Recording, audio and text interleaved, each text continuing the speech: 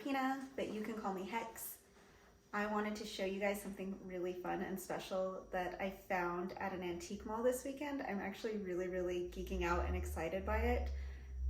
The tag said that it was Victorian, and it is a beautiful mourning cape, and it is so gorgeous. I'm not sure the exact year, but I wanted to show you guys because I just really love it, and I can't wait to show it off. Look at this cape. This is so gorgeous. I love it. So this is approximately an elbow length cape, and it has a ribbon detailing bow in the back that comes around to this little clasp at the neck with a ribbon, and then it's left open. It has this dark brown lining. The whole thing appears to be silk. So the outside is black. There is a couple of places of wear and tear on it, which leads me to believe that it really, is close-ish to 100 years old. Just the construction of it, how it is put together.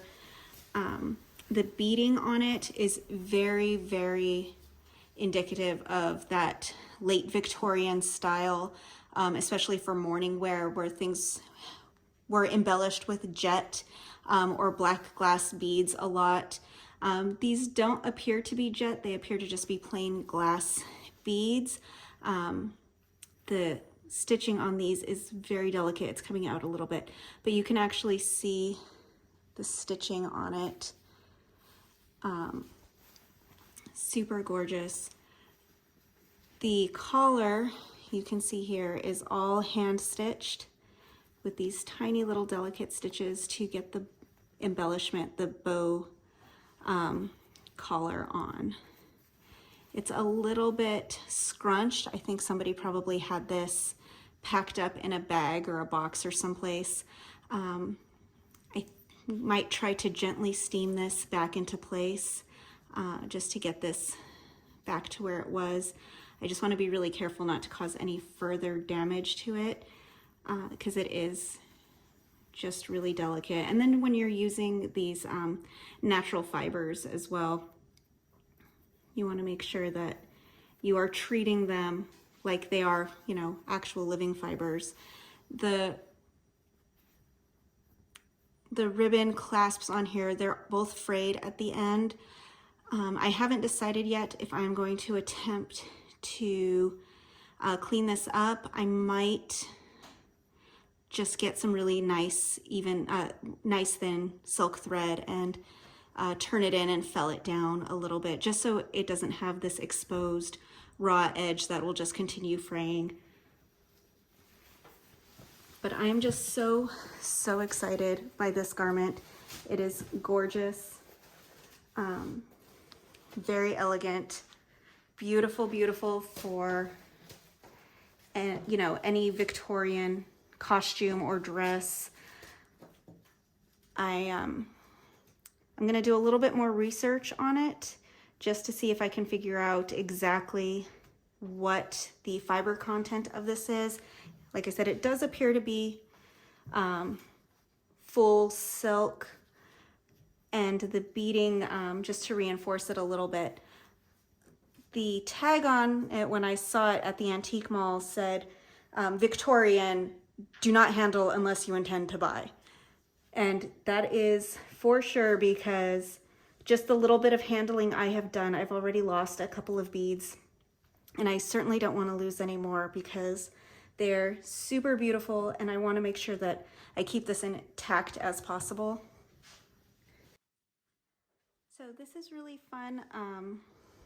The way that this was put together, a lot of times when you see this, they will put the lining and the exterior of the garment together, and then they will leave like a little bit at the bottom, and they'll flip the whole thing inside out and do like a little bit of stitching.